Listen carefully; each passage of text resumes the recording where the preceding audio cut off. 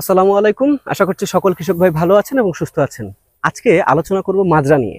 মাজরা পোকা আপনার ধানের জমির সবথেকে বড় এবং ক্ষতিকর একটা পোকা, এবং যে পোকা আপনার জমির মোটামুটি প্রায় 20 থেকে 70 থেকে 80 ভাগ পর্যন্ত, এক কথায় 20 থেকে 80 ভাগ পর্যন্ত ফলন আপনার নষ্ট করতে পারে।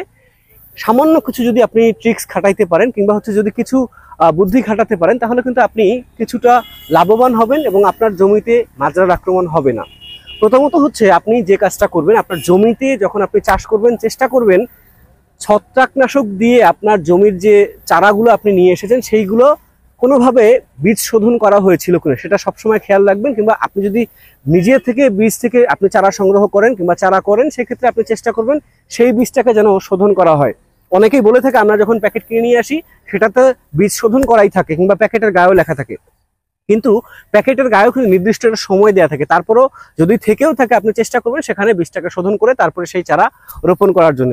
এবং আরেকটা বিষয় খেয়াল রাখবেন, আপনার জমিতে যখন আপনি চেষ্টা করবেন যখন আপনার জমিতে আপনি রোয়া লাগাবেন কিংবা ধান লাগাবেন, সেই সময়টার পর থেকে সঠিকভাবে পরিচর্যা করুন। কারণ আমরা জানি ধানের জমিতে সব থেকে বড় সমস্যা হচ্ছে তিনটা। একটা হচ্ছে আগাছা, আরেকটা হচ্ছে পোকা, কিংবা আরেকটা হচ্ছে রোগ। পোকা হতে পারে বিভিন্ন ধরনের, একটা হচ্ছে মাজরা পোকা হতে পারে, তারপরে আপনার কারেন্ট পোকা হতে পারে, পাতা মোড়ানো পোকা হতে পারে, এছাড়া বিভিন্ন পোকা হতে পারে। আর যেটা আমরা বলে থাকি অসুস্থতা কিংবা রোগ, সেটা হচ্ছে আপনার ছত্রাকনাশক বা অন্যান্য যেরকম রোগগুলো হয়ে থাকে যেগুলো পোকার বাইরেও হয়ে থাকে। তো এর মধ্যে অন্যতম আমি বলছিলাম মাজরা পোকা। যেমন আমি আপনাদেরকে এখানে যদি একটা গাছের দেখাইতে পারি, এই যে এইভাবে পাতাটা দেখবেন মোটামুটি শুরু থেকে শেষ পর্যন্ত আস্তে আস্তে বাদামি এবং ধূসর রং ধারণ করেছে এবং খুব সুন্দরভাবে আস্তে আস্তে টানার পরে চলে আসছে পাতাটা। দেখেন একদম পাতার নিচের অংশে কিন্তু একদম কাটা আছে, এবং এমন সূক্ষ্মভাবে কাটা আপনার দেখলে মনে হবে যে কেউ একজন ব্লেড দিয়ে কেটে গেছে, কিন্তু বাস্তবতায় এত জমিতে এত চারা থাকতে একদম ভেতরে ঢুকে কোনো মানুষ আপনার এই ক্ষতিটা অন্তত একটা চারার জন্য করবে না। এটা নিশ্চয়ই পোকার কাজ, এবং এই পোকাটাকে নিধন করার জন্য আপনি নিশ্চয়ই কিছু ব্যবস্থা করবেন। আপনি চাইলে জৈব বলয়নাশক ব্যবহার করতে পারেন।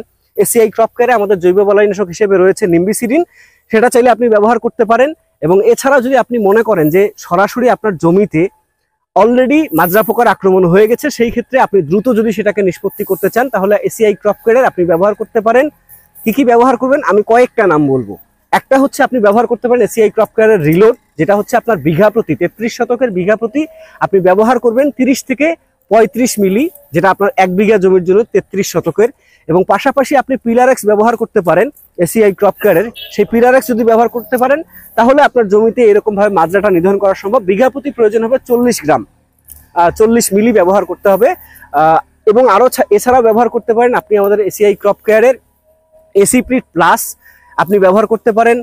এর সাথে ফুল টাইম বিভিন্ন ধরনের ওষুধ রয়েছে আমাদের এসিআই ক্রপ কেয়ারে, 5 থেকে 6 ধরনের মাজরার জন্য ওষুধ রয়েছে, যেগুলো আপনি যদি ব্যবহার করেন অল্প দাম, বেশি দাম কিংবা মাঝারি ধরনের দাম, আপনার কাছে যেটা মনে হয় ভালো একজন কৃষক হিসেবে, যেখানে আপনি মনে করবেন এটা আপনার জন্য সামঞ্জস্যপূর্ণ, সেটা আপনি আপনার জমির মাজরার জন্য ব্যবহার করতে পারেন। আশা করছি এই ভিডিওগুলো আপনাদের কাজে লাগবে এবং আপনার জমিতে মাজরা নিধন করার জন্য আজ থেকেই ব্যবহার করা শুরু করুন এসিআই ক্রপ কেয়ারের পণ্যগুলো। আশা করছি ভালো থাকবেন এবং আপনার জমিতে ভালো ফলন তুলে ঘরে তুলে আপনি পরিবারের মুখে হাসি ফোটাতে পারবেন। তো পরবর্তী ভিডিও পর্যন্ত ভালো থাকবেন। আসসালামু আলাইকুম।